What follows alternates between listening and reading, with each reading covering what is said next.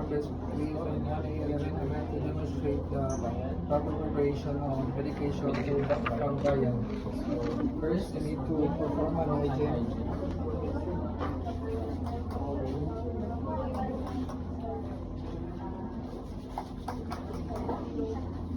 After performing an hygiene, prepare all the necessary equipments. After preparing all the necessary equipments, check the vial label with mark and using the 10 rights of drug administration. Check the right medication, dose, patient. Pila ka right? 10. Hindi, pila ka right. Pila ka 5. Using the 10 rights of drug The administration. 5. Give me the 5. Right drug, right patient, right route, right time, right documentation. After Preparing the medication, after that, check the, I calculate the dosage, adjust if needed. Prepare the vial, open the seal.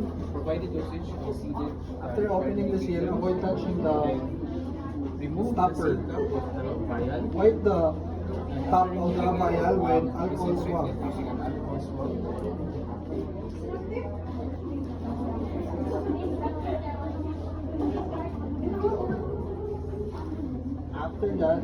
After that, prepare the syringe.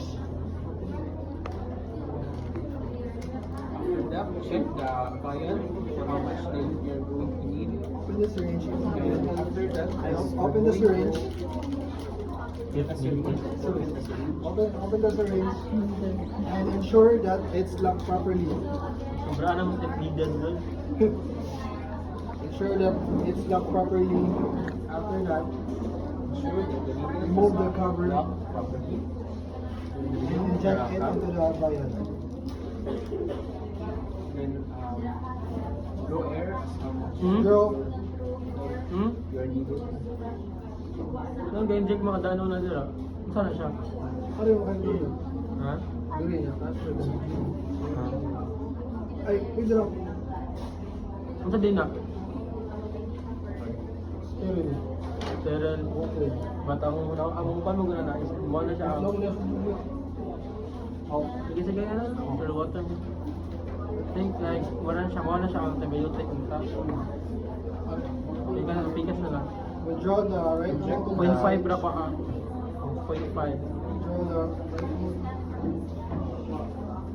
Ayun na lang po tusok. inject air. Ibali na lang siya daan. Ibali na lang siya daan para magana ka magtusok. Withdraw the right amount of dosage. The right amount of dosage. And transfer the Wala mga limot rapuhi. And after that, Ito na lang gamita pa para dito. Sayang. Itong isa. Used ba? Kung lang isa ka swab. Pipe again. inject the syringe in a 45-degree angle. After that, inject Bevel first. upper. Inject the dose. After that, Ensure that the needle is withdraw the right dose. medication and your finger. And salt. I-withdraw na limang kwan. Manakad kwan. Oh, ibalin.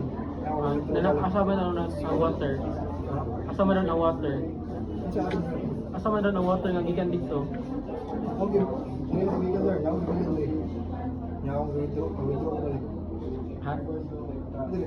Nakuha ko na sa no. Now, ibalin dili. Nakuha na pa mo balik. Shit, pamanan ni mo. Oh. And then, after that, Oh. we're going to Sure, kay butang na ni mo dira ang kanang idol. I-place na siya balik dito. Oh. we're going to withdraw the required medication. After that, mix After it properly. injecting, we're going to mix the medication properly. Withdraw the right dose. After that, we're going to inject. Push push air properly equal to the dose needed.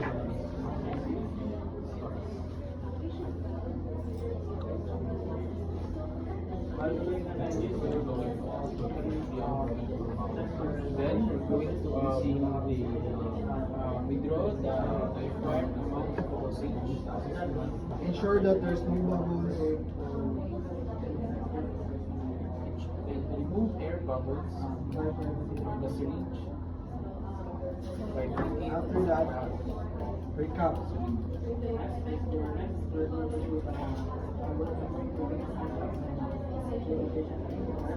After that, check if it's the right dosage and label the syringe and remove all the used materials.